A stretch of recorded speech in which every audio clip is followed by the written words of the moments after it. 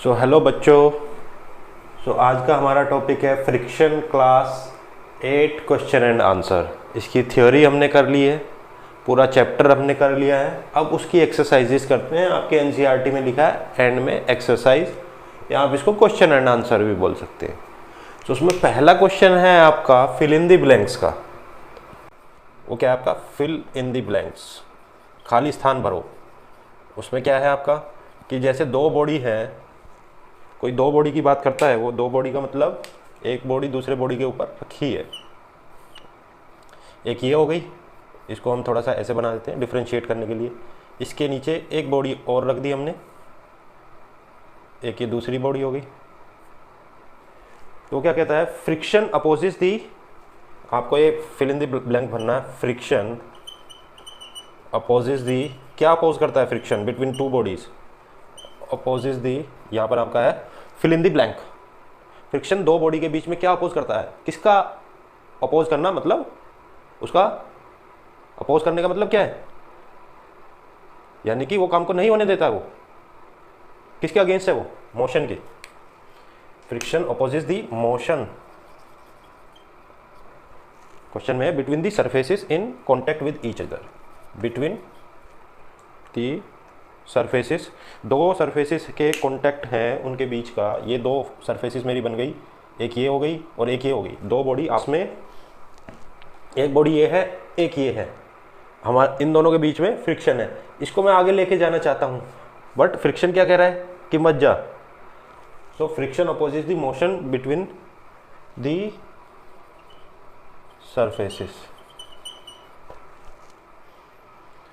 Surfaces in contact with each other. थोड़ा जल्दी जल्दी करेंगे, ज़्यादा टाइम वेस्ट नहीं करेंगे इस पर। तो पहला फिल इन द ब्लैंक हो गया। दूसरा फिल इन द ब्लैंक है friction depends on the. Friction depends on the, किस पे डिपेंड करता है फ्रिक्शन? सो सेकंड है आपका फ्रिक्शन, इसको पॉज करके आप इसका आंसर सोचिए। डिपेंड अपॉन दी, यहाँ पर है आपका फिल इन द ब्लैंक, यहाँ पे आपका surface of on the. Friction depend on the surface की, क्या कोई ये जो सरफेस है इसकी कौन सी प्रॉपर्टी पे वो डिपेंड करता है? रफनेस पे। जितनी ज़्यादा रफ सरफेस होगी उतना ही ज़्यादा आपका फ्रिक्शन होगा। तो रफनेस पे डिपेंड करता है। रफनेस लिख लीजिए, या इररेगुलरिटीज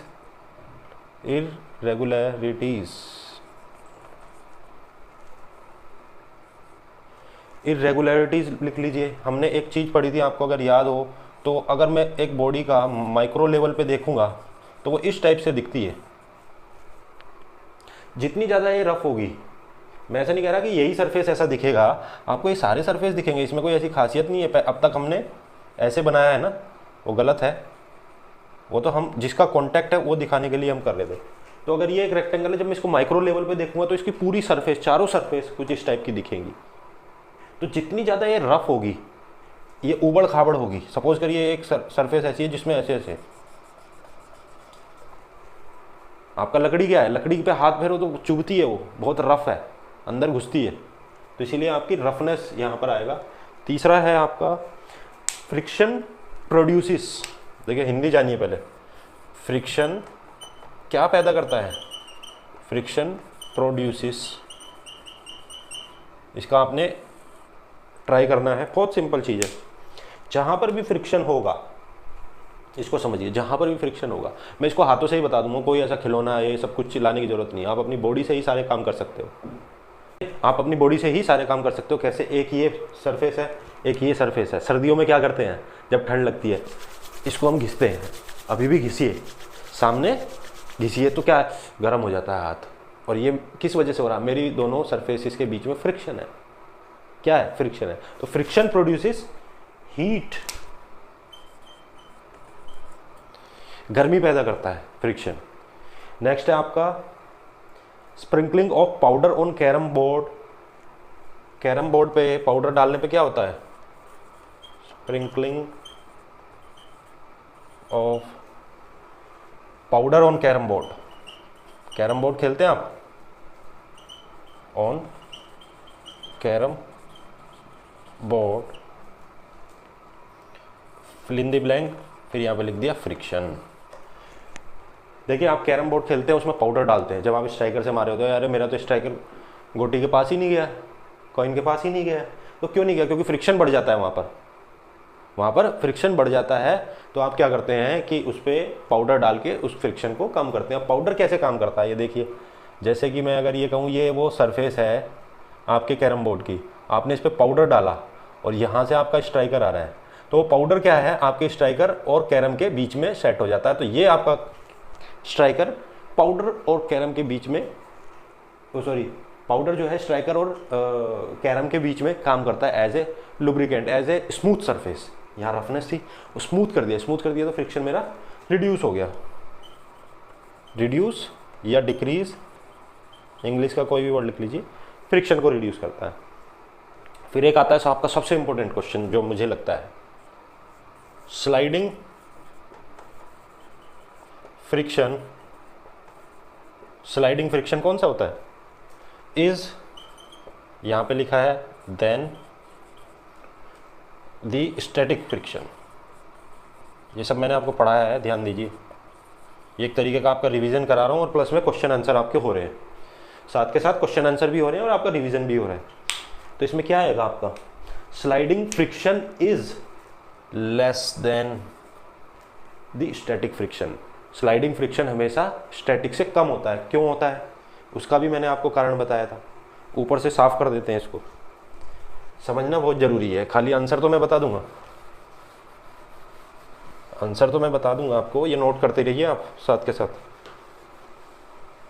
अगर पहले से आपके पास है इसके आंसर तो मत करिए, केवल समझिए। ज़्यादा नोट करने पे टाइम भी खराब होता है, समझ में कम आता है। तो आपका क्या बात कर रहे थे, स्लाइडिंग फ्रिक्शन कम क्यों होता है स्टैटिक से? पहले तो स्टैटिक देखिए, स्टैटिक क्या था, जब कोई बॉडी रेस्ट में है तब आप उसके ऊपर फोर्स लगा रहे हैं और उस फोर्स लगाने की वजह से आपको फ्रिक्शन मिल रहा है। ये एक बॉडी है, इसको बुक मान लीजिए, बुक ऑन टेबल आपने प्लेस की हुई है, ये आपकी टेबल है।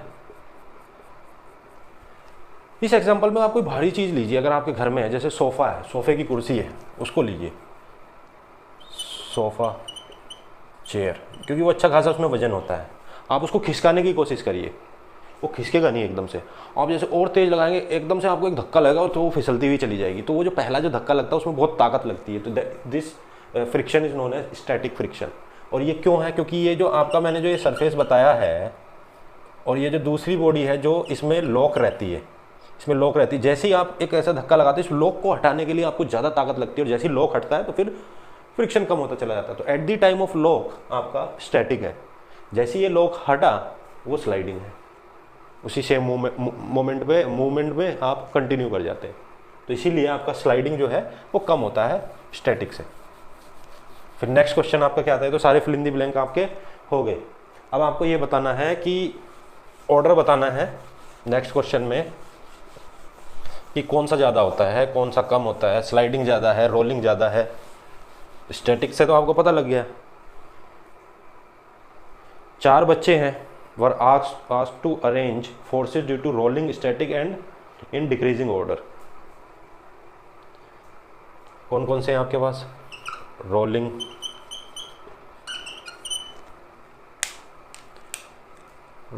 स्लाइडिंग,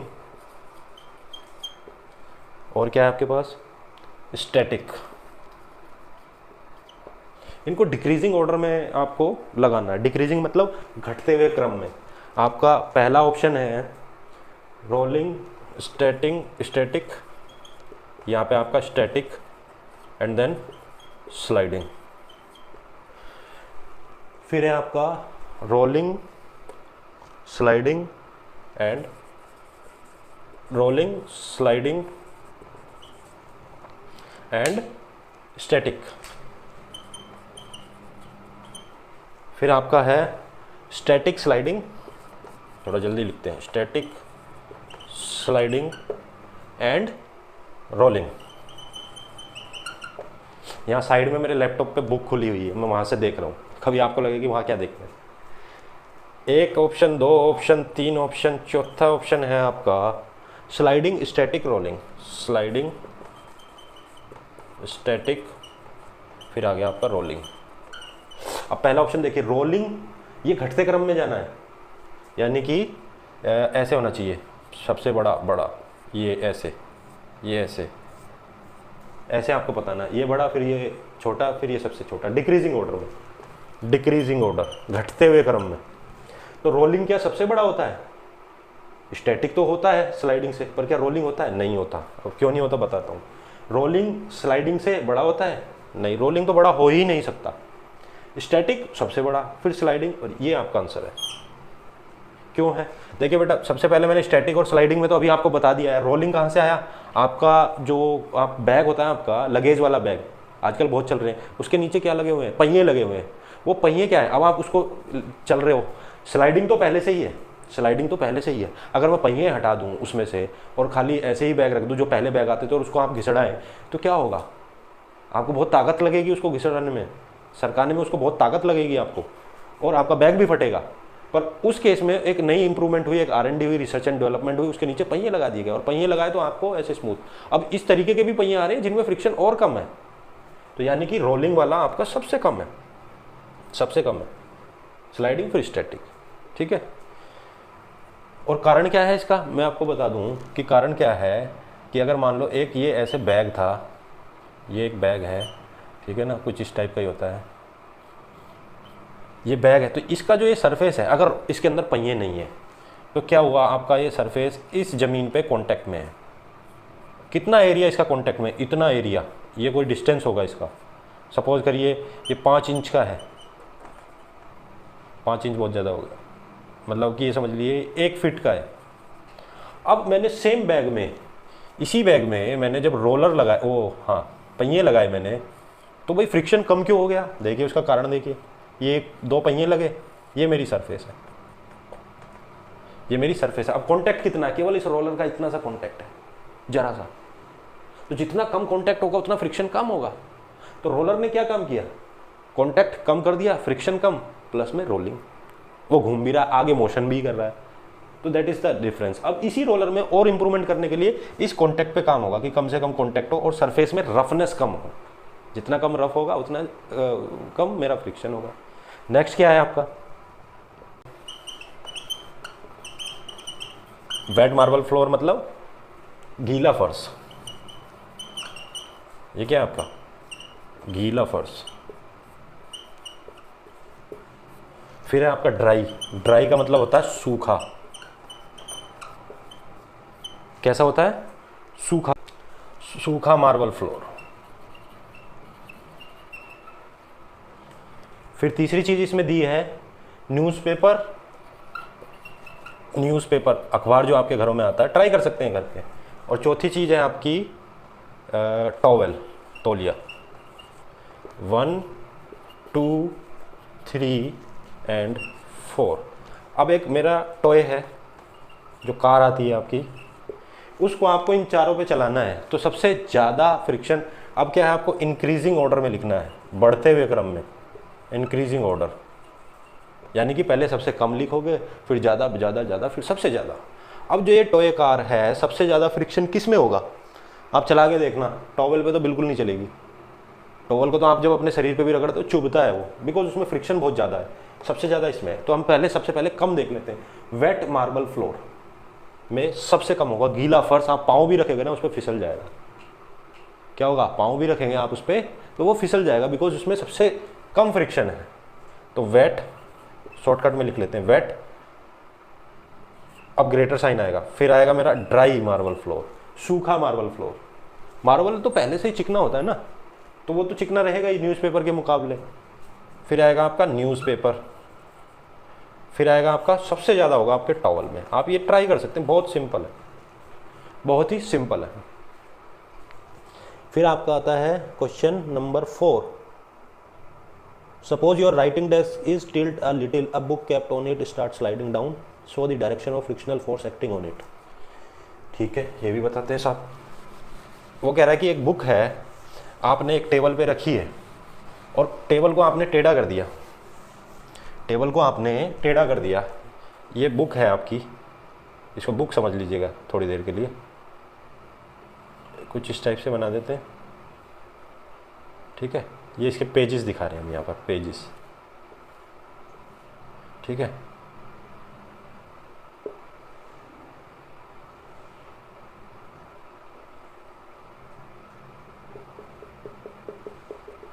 ये बुक है, एक टेबल के ऊपर रखी है, ये मेरी टेबल है, सपोज करिए ये मेरी बुक है। क्वेश्चन क्या था हमारा? क्वेश्चन था हमारा, हाँ, अब ये ऐसे रखिए, अब मैं इसको थोड़ा टेढ़ा कर दूं, ये कहता है कि टेबल को टेढ़ा कर दीजिए, ऐसे टिल्ट कर दीजिए नीचे की तरफ को। और अब ये मेरी बुक रखी है यहाँ पर, सेम बुक रखी है, सेम नहीं भी बना तो सेम मान के चलना इसको। साइंस में ज़्यादातर चीज़ें हम मान के चलते हैं, समझे। अब हमने टेढ़ा कर दिया तो ये क्या है, नीचे गिरने लग जाएगी। अभी तक तो ये रेस्ट में है, मैं कोई फोर्स नहीं लगा रहा, मैं केवल टेबल को टेढ़ा कर रहा हूँ, इसको मैं टेढ़ा कर रहा हूँ। अभी अगर आप इमेजिन करें तो इसके ऊपर फोर्स कौन सा लग रहा होगा, ये मेरे को आंसर बताओ। चलो आप, कौन सा फोर्स लग रहा है, पॉज करके थोड़ा सा दिमाग लगाइए कि कौन सा फोर्स इस पर लग रहा है। चलो मैं बता देता हूँ, ग्रेविटी। ग्रेविटी यहाँ पर क्या है, ग्रेविटी एक्ट कर रही है। जहाँ कुछ नहीं एक्ट करता और कोई चीज़ फॉल हो रही है तो उस पर ग्रेविटी एक्ट कर रही है। छोड़िए, आपका क्वेश्चन नहीं था वो, फिर भी मैंने बता दिया आपको ग्रेविटी एक्ट कर रही है। अब वो क्वेश्चन है आपका, ये नीचे की तरफ मोशन कर रहा है, स्लाइड हो रहा है, स्लाइड। तो इसका फ्रिक्शनल फोर्स किस डायरेक्शन में लगेगा, फ्रिक्शनल फोर्स इस डायरेक्शन में लगेगा। हमेशा याद रखना, frictional force always opposite to your motion, direction of motion. जिस डायरेक्शन में आप जा रहे हैं, मैं इस डायरेक्शन में जा रहा हूं तो फोर्स, एयर का फोर्स और फ्रिक्शन मेरे ऐसे लगेगा। कार मेरी ऐसे चल रही है तो फोर्स ऑफ फ्रिक्शन इस डायरेक्शन में लगेगा। वो हमेशा उल्टा ही करता है, हमेशा हमारे विपरीत है, ये बात ध्यान रखना, हमेशा विपरीत है वो आपके। तो ये हो गया आपका क्वेश्चन। नेक्स्ट है, you spill a bucket of soapy water on a marble floor accidentally, what did make it easier or more difficult to walk on. अभी हमने जैसे वेट मार्बल का एग्जाम्पल लिया था, ये नेक्स्ट क्वेश्चन है। आपने क्या किया, साबुन का पानी लेके फर्श पे डाल दिया, उसको वेट मार्बल हो गया विद सोप प्लस शॉक। ये और भी ज़्यादा फ्रिक्शन, आप क्या है उस पर चल पाएंगे क्या आसानी से? No no, we can not walk easily. आप फिसल के गिर जाएंगे। ज़्यादातर लोगों की टांगें टूट रही हैं आजकल इसी वजह से, क्योंकि मार्बल आ गया, उसके बाद टाइल्स आ गई। टाइल्स पे तो आप जरा सा पानी डालेंगे तो वैसे ही फिसल के गिर जाता है और पानी दिखता भी नहीं उन पर, सबसे बड़ी प्रॉब्लम है। तो इसीलिए थोड़ा ध्यान से चलिए, फ्रिक्शन को के साथ प्ले मत करिए। Explain why sports man use shoes with spike.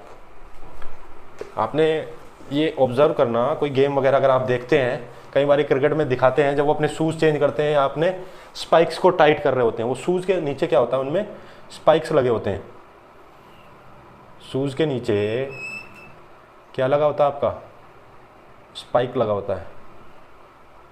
Suppose करिए ये आपका शूज़ है, बना कुछ सही सा, ठीक है।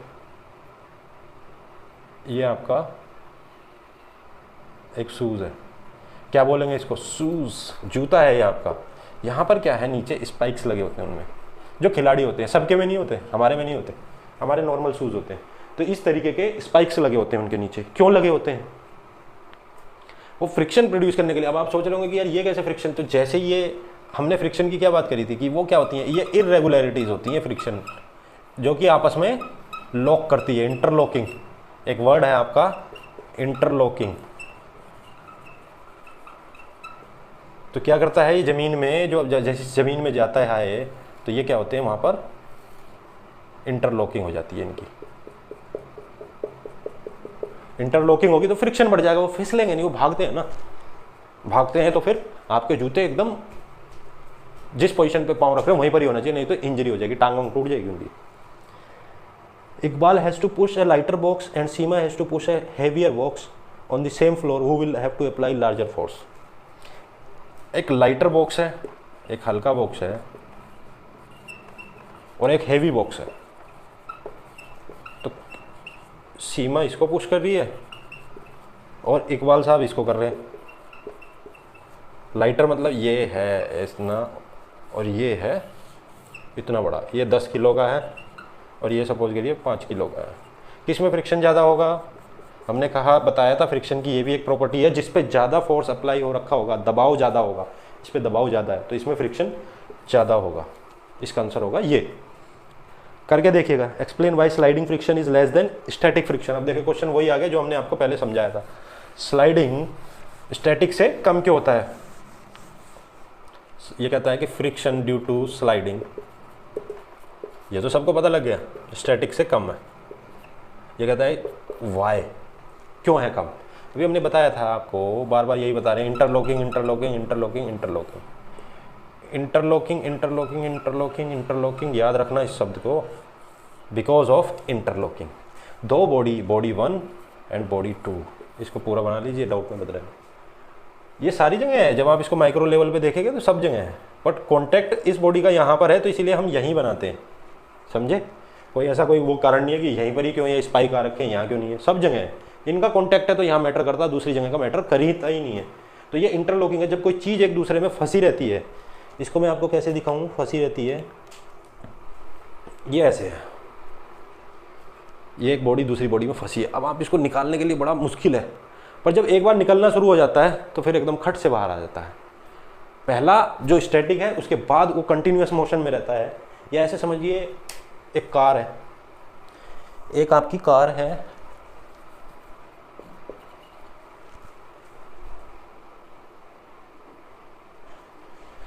कार आपकी गैराज में खड़ी है,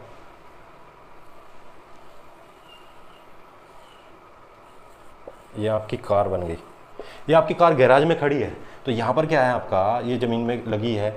जब आप इसको स्टार्ट करेंगे और पहला मोशन देंगे, हमेशा फर्स्ट गियर में उठाते हैं गाड़ी, क्यों, सबसे स्ट्रॉन्ग गियर है। जब गाड़ी कहीं फंस जाती है तो आप क्या करते हैं, फर्स्ट गियर में क्यों डालते हैं, थर्ड में या फोर्थ में क्यों नहीं उठा लेते, उठेगी नहीं, बिकॉज फर्स्ट गियर सबसे पावरफुल है और सबसे ज़्यादा ताकत चाहिए होती है उस टाइम पे। क्यों चाहिए होती है सबसे ज़्यादा ताकत उस टाइम पे, क्योंकि स्टैटिक फ्रिक्शन बहुत ज़्यादा होता है उस टाइम पे। स्लाइडिंग से स्टैटिक ज़्यादा होता है। जब एक बार गाड़ी मूव कर गई तो सेकंड करो, थर्ड करो, फोर्थ करो, कोई प्रॉब्लम नहीं है, बिकॉज अब स्लाइडिंग फ्रिक्शन पिक्चर में आ रहा है। So that is why. Give example to show that friction is both a friend and foe. आपका दोस्त भी है फ्रिक्शन और दुश्मन भी है। एग्जाम्पल के साथ बताइए, कैसे बताएंगे भाई। Without friction, friction is necessary to walk on floor, is necessary to walk on floor। Floor पे चलने के लिए जरूरी चाहिए ही चाहिए, नहीं तो आप चल ही नहीं सकते। अभी हमने बताया ना, अगर आपका फ्रिक्शन नहीं होगा, अभी जो मैं चल रहा हूँ, आप भी चलते हैं डेली लाइफ में, अगर फ्रिक्शन नहीं होगा तो नहीं चल ही नहीं पाएंगे। तो यानी कि ये आपका क्या है, फ्रेंड है, इसके बिना life is impossible, almost impossible. फिर तो आप पक्षियों की तरह उड़ते रहिए, पक्षियों की तरह उड़ते रहिए। अब ये मेरा फो है, उसका क्या एग्जांपल है भाई, जैसे अभी हमने एग्जांपल दिया है आपको, कार का एग्जांपल दिया, टायर में फ्रिक्शन है, ठीक है। अब दूसरी चीज, वो फ्रिक्शन वो भी हमारे फ्रेंड की तरह ही काम कर रहा है, बट कार में दोनों ही है, फ्रेंड भी है और दुश्मन भी है। जब मेरी गाड़ी चलने लग जाती है तो सामने से एयर का फ्रिक्शन आता है, मैं चाहता हूँ कि वो ना हो, मैं चाहता हूँ कि वो फ्रिक्शन ना हो। बट इसका कोई एक ऐसा एग्जांपल आप दे सकते हैं, ये आपके लिए मैं छोड़ना चाह रहा हूँ इसको, मेरे पास तो बहुत सारे एग्जांपल हैं। एक एग्जांपल आप भी इसका सोचिए कि जहाँ पर ये आप नहीं चाहते हैं, ठीक है, कि ये हो। मैं तो आपको स्पेस शटल का एग्जांपल दे दूंगा, जो अंतरिक्ष से जो शटल आती है, जिसमें जैसे कल्पना फ्रिक्शन की वजह से आग लग जाती है, हीट, मैंने बताया ना फ्रिक्शन प्रोड्यूसेस हीट, तो मैं नहीं चाहूँगा कि वहाँ मेरा फ्रिक्शन हो इतना ज़्यादा। अब एरोप्लेन है, एरोप्लेन में मैं नहीं चाहता कि यहाँ पर एयर का फ्रिक्शन आए, यहाँ से फ्रिक्शन आए, हम नहीं चाहते, इसीलिए हम इसका शेप इस तरीके से डिज़ाइन करते हैं। अगर फ्रिक्शन ज़्यादा होगा तो ये फ्यूल भी ज़्यादा खाएगा, फ्यूल भी ज़्यादा खाएगा। या एक एग्जांपल आपका क्या है, जैसे आपका पंखा ही चल रहा है बियरिंग में, अगर फ्रिक्शन ज़्यादा हुआ तो क्या होगा, आपका पंखा आवाज़ करने लग जाएगा और आपका पंखा घूमेगा ही नहीं। अगर मेरा इतना ज़्यादा होगा वो घूमेगा ही नहीं और हीट प्रोड्यूस करेगा उसके लिए।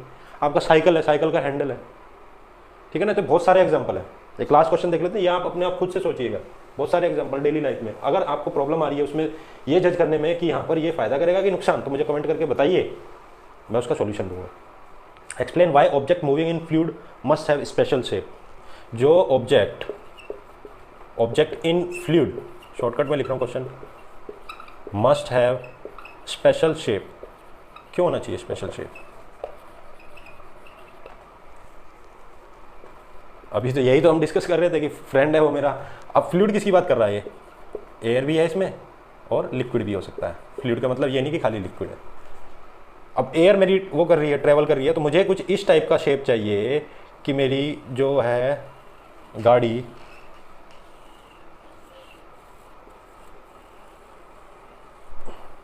लंबी लंबी गाड़ियाँ देखी आपने, वो ऐसी क्यों बनाते हैं? ताकि अब देखिए एयर कैसे जा रही है, फील करिए इसको। ये एयर इसके ऊपर जा रही है, जितनी स्मूथ ये एयर जाएगी, टकरानी नहीं चाहिए। यहाँ पर अगर आप ऐसे कर देंगे ना शेप, ये वाला यहाँ पे टकराएगी, वो कहीं नहीं जा सकती, टकरा के वापस जाएगी।